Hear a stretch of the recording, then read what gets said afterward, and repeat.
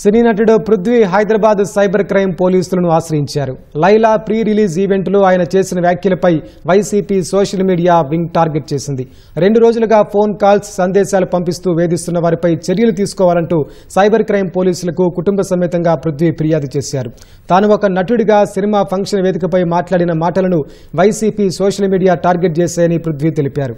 నేనెవరిని ఉద్దేశించి ఆ మాటలు మాట్లాడలేదన్న పృథ్వీరాజ్ అక్కడికొచ్చిన ప్రేక్షకులను నవ్వించేందుకే అలా మాట్లాడానని పేర్కొన్నారు.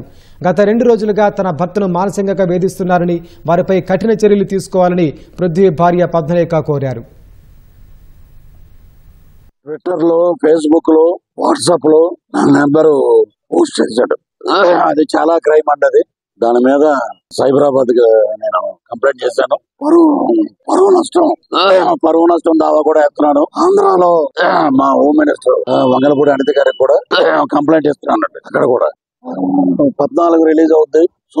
Super duper hit cinema. రాజకీయంగా నా మీద, నా ఆరోగ్యాన్ని, నా వ్యక్తిగత ఇమేజ్ ని డ్యామేజ్ చేశారు కాబట్టి మా లాయర్ ద్వారా, మా హోమ్ మినిస్టర్ గారి ద్వారా డెఫర్మేషన్ సూట్ కామెడీ ఆర్టిస్ట్ కాబట్టి కామెడీగా మాట్లాడాడు. అంతే, కామెడీగానే మాట్లాడాడు. అది కామెడీ వాళ్ళు వేరేలాగా రోల్ చేస్తున్నారు. అది మాత్రం కరెక్ట్ కాదు. నైట్ 12 గంటల వరకే, 11 గంటల వరకు ఫోన్ వస్తూనే ఉంది. ఒకరు ఫోన్ చేశాడు, పృథ్వీరాజ్ ఉన్నాడు, ఆయనతో ఒక ఆట ఆడుకోవాలి. ఇంకొకరు ఇంకొకలాగా, ప్రతి ఒక్కరు ఒక్కొక్కలాగా మాట్లాడుతున్నారు.